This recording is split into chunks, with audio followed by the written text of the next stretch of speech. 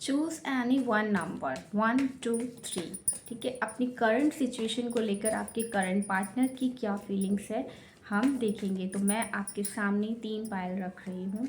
आपको अपनी सिचुएशन से रिगार्डिंग आपको एक नंबर चूज़ करना है, या तो चूज़ नंबर 1 2 एंड 3 जो आपको अट्रैक्ट करे, जो आपको फील हो इंट्यूटिवली कि आप कौन सा नंबर चूज़ करना चाहते हैं। और अपने करंट पार्टनर के बारे में सोचिए, देखते हैं क्या आता है। तो मैंने अपने सामने अपने कार्ड्स को 3 पार्ट्स में डिवाइड कर दिया है। अब देखते हैं जिन्होंने पायल नंबर 1 चूज़ किया है, मैं उनके कार्ड्स निकाल रही हूँ, जो कि आ रहा है द हाई प्रेस्टेस।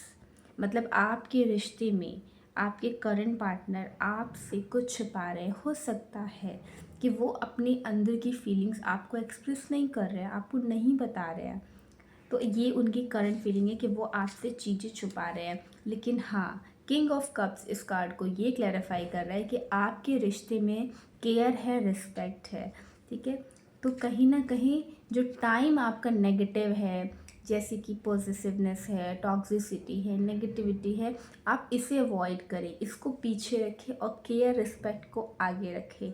ठीक है, आपके पार्टनर इस चीज़ को अगर समझ जाए कि वो अपनी केयर, रिस्पेक्ट और प्यार को दिखाए, तो ये रिश्ता बहुत ही ज़्यादा जगल टाइम से अच्छा हो सकता है, पॉजिटिव हो सकता है। अगर वो टॉक्सिसिटी, रूडनेस, एग्रेशन इनको हटा दे तो। लेकिन वो इस चीज़ को आने दे रहा है, अगर वो इस पे कंट्रोल करे, ईगो को कंट्रोल करे, गुस्से को कंट्रोल करे और प्यार और रिस्पेक्ट को दिखाए, नेगेटिविटी को छोड़ दे, गुस्से को छोड़ दे, तो ये रिश्ता बहुत ही ज़्यादा बैलेंस और पॉजिटिव हो सकता है। तो उनके अंदर जो विचार चल रहे हैं, किसी भी चीज़ की परेशानी हो, निराशा हो, वो सब कुछ भूल कर सिर्फ पॉजिटिविटी, प्यार, प्रोटेक्शन, इन चीज़ों को फोकस करें, तो बिल्कुल आपके करंट पार्टनर के साथ आपका द वर्ल्ड का कार्ड आया है। बहुत ही प्यारा रिश्ता हो सकता है और ये नेगेटिविटी का फेस ख़त्म हो सकता है। तो अगर आपके साथ पायल नंबर 1 जिन्होंने 1 चूज़ किया था, ये रीडिंग रेजोनेट की है, तो मुझे कमेंट बॉक्स में ज़रूर बताइएगा। अभी हम नेक्स्ट सिचुएशन देखते हैं। ठीक है, तो नेक्स्ट सिचुएशन जिन्होंने फाइल 2 यानी कि नंबर 2 चूज़ किया है, अब देखते हैं कि उनकी सिचुएशन कैसी चल रही है। देखिए, 5 ऑफ वैंड का कार्ड आया है and 10 of wand reverse. Reverse मतलब उनके ऊपर बहुत ही ज़्यादा प्रेशर है अलग अलग चीज़ों का। उनके करंट सिचुएशन में ऐसा है कि सराउंडिंग का ऑब्स्टिकल्स है, सराउंडिंग की चीज़ें हैं बहुत ही ज़्यादा। हो सकता है उनके करियर एक्सपेक्ट से चीज़ें हों, उनके वर्क एरिया का प्रेशर हो, ये चीज़ें उनके साथ रेजोनेट कर सकती है और वो ये चीज़ें एक्सपीरियंस कर रहे हैं। ठीक है, इन चीज़ों से वो टैकल जब कर लेंगे, तो ये श्योरिटी है कि उनके एफर्ट्स वेस्ट नहीं जाएंगे, उनको रिजल्ट मिलेगा, वो भी उनके फेवर में। क्योंकि जजमेंट का कार्ड यानी कि मेजर अरकाना का कार्ड यही बताता है कि आपके रिश्ते में आपके एफर्ट्स वेस्ट नहीं जाएंगे, आपके करियर में आपके एफर्ट्स वेस्ट नहीं जाएंगे, आपका कुछ भी वेस्ट नहीं जाएगा। जजमेंट इस बात को क्लियर करता है। तो अभी आप बस नित्य अपने कर्म करते रहें और चीज़ों को छोड़ते रहें, नेगेटिविटी को छोड़ते रहें। आप निराशा बिल्कुल छोड़ दें, जितना हो सके हैप्पीनेस को अट्रैक्ट करें। जो चीज़ वैल्यूएबल नहीं है, जो चीज़ रिज़ल्ट अभी नहीं दे रही है, वही चीज़ आपको बाद में रिज़ल्ट देगी। अभी ये आपका टेस्टिंग फेज़ है, आपको इसे क्लियर करना है। ठीक है, तो जिसके साथ पायल नंबर 2 यानी कि जिसने 2 नंबर चूज़ किया था, उसके साथ ये रीडिंग अगर रेजोनेट करे तो आप मुझे कमेंट बॉक्स में ज़रूर बताइएगा। ठीक है, अब हम आते हैं नेक्स्ट पायल पे। जिन्होंने पायल नंबर 3 चूज़ किया है, देखते हैं उनकी करंट सिचुएशन क्या है और उनके करंट पार्टनर की फीलिंग क्या है। देखिए, वो डिसीज़न पे हैं। 2 ऑफ वैंड आपके लिए हो सकता है डिसीज़न ले, या फिर उनकी लाइफ में वो कोई मेजर इफेक्ट पे डिसीज़न ले। मतलब डिसीज़न, उनके विचार कुछ ऐसे चल रहे हैं। लेकिन हाँ, अगर उन्होंने कोई गलत डिसीज़न लिया तो उनकी लाइफ इफेक्ट हो सकती है। ये पायल में मुझे बड़ी गंभीरता वाली फीलिंग आ रही है, बहुत ही ज़्यादा ऐसी फीलिंग जैसे कि चीटिंग वाइब्स हो रही हो।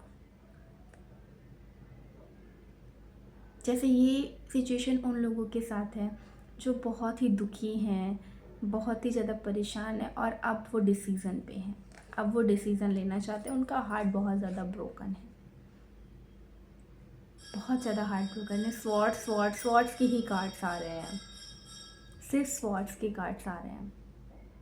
देखिए आप लोग क्लियर देखिए, अब ये सिचुएशन किसके साथ डील कर रही है। बट हाँ, ये स्वॉर्ड्स इतने जो लग रहे हैं ना आपके दिल को, please don't do this, don't do this.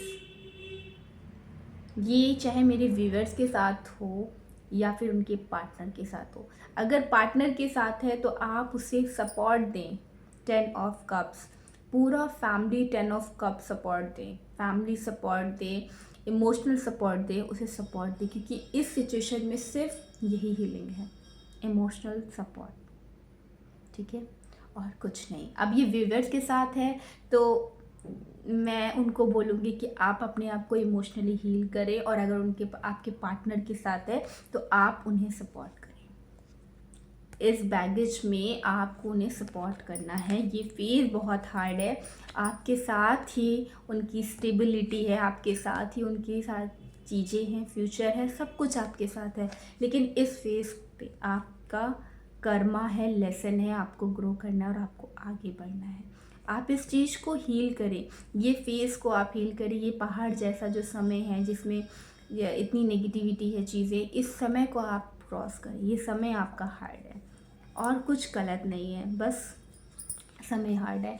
आप दोनों की फीलिंग्स भी म्यूचुअल है, म्यूचुअल रिस्पेक्ट है, म्यूचुअल केयर है, सब कुछ है, हारमनी है। लेकिन ये टाइम हार्ड है। जब ये टाइम आपने क्रॉस कर लिया तो आप सब कुछ आपको मिल जाएगा। लेकिन बस ये समय है अपने आप को हील करने का।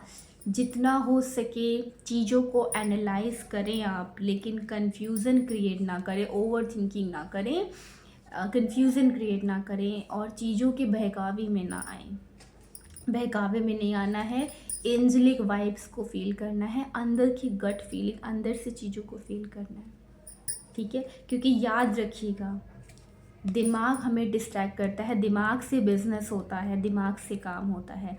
रिश्ते, भावनात्मक संबंध, पूजा पाठ, इमोशंस, वहाँ पे लॉजिक नहीं, वहाँ पे रिश्ते अंदर से आते हैं, अंदर से भाव आते हैं, ठीक है। तो वहाँ पे लॉजिक नहीं लगाना है, वहाँ पे अंदर की चीज़ें लेनी है, दिल से सुनना है कि दिल क्या कह रहा है, दिल के भाव क्या कह रहे हैं, अंदर से क्या फीलिंग आ रही है। अपनी गट फीलिंग को सुनिए। वहाँ पे एक ऐसी वाइब्स में आइए कि जहाँ पे आप गिवर हो, जहाँ पे आप सामने वाले को दे रहे हो, वहाँ पे आपको नेगेटिव नहीं होना है। स्वॉर्ड्स की एनर्जी अपने ऊपर हावी नहीं करनी है कि हाँ स्वॉर्ड्स बस नेगेटिव थॉट्स। इस तरह से क्या होगा, देखो depression, black energy, swords energy. देखिए ये फ्रूटफुल है ना उसके पास, जो उसने कारपेट लिया हुआ है, मतलब उसके पास सब कुछ है, ओरिजिनलिटी में स्पार्क है, सारी चीज़ें हैं उसके पास, लेकिन वो चीज़ों को देख नहीं पा रहा है क्योंकि उसकी कॉन्फ्लिक्ट इतनी ज़्यादा है, इतना ज़्यादा कॉन्फ्लिक्ट नहीं आता, नेगेटिव थॉट्स है, ब्लैक एनर्जी है, कि वो चीज़ें हावी हैं। जब वो ये सब चीज़ों से तोड़ कर निकलेगा ना तो फ्रूटफुल चीज़ है, उसकी आँखें खोल के देखे तो सब कुछ फ्रूटफुल है उसके पास, और एक अच्छी स्टेबिलिटी है। देखिए page of pentacles, positivity. Just उसको अपनी आंखें खोलने की ज़रूरत है, उसको उस डार्कनेस से निकलने की ज़रूरत है। तो जिसके साथ ये पाइल नंबर 3 जिसने चूज़ किया था रेजोनेट हुई है, वो मुझे कमेंट बॉक्स में जरूर बताएं। ओके, ओम नमः शिवाय, जय माता दी।